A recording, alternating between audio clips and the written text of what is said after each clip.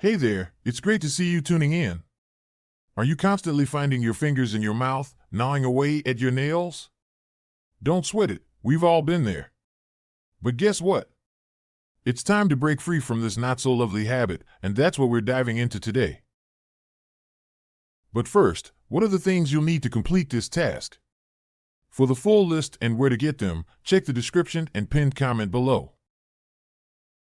Now that you have all your tools and materials ready, let's get into it. Get rid of it! Nail biting, or onychophagia, is a common stress-relieving habit, right? But let's be real, it doesn't do any good to our beautiful fingers. So, what can we do about it?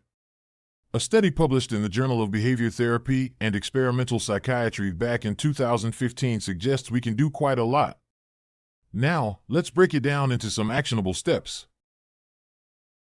The first thing you need to do is recognize when and why you bite. Is it when you're nervous? Bored? Grab a journal and note down what's happening each time you catch yourself biting. After a few days, you'll have a clearer picture of your triggers. But what about when that gnawing urge hits? This is where the rubber band comes in. Yep, a plain old rubber band. Just snap it against your wrist whenever you feel like biting. It's a technique rooted in good old behavioral psychology, replacing a negative action with a less harmful one. Now, here comes an interesting tip.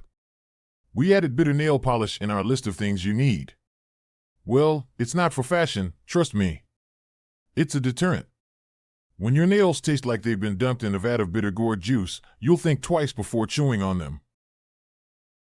But what if you could turn this biting business into something positive?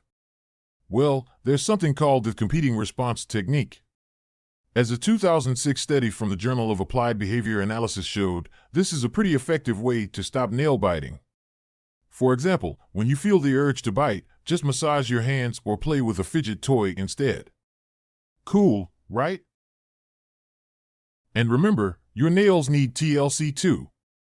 So after you've clipped and filed them, rub some hand cream in. This not only makes your hands feel good, but it also keeps your nails looking so fine that you won't want to bite them. So, think you can conquer the biting beast? Remember, it's a journey and not a sprint. If you found this video helpful, then why not hit that subscribe button and share it with your friends? And don't forget to comment below about your own experiences or if you have any other tricks up your sleeve. Until next time, here's to your victory over nail biting.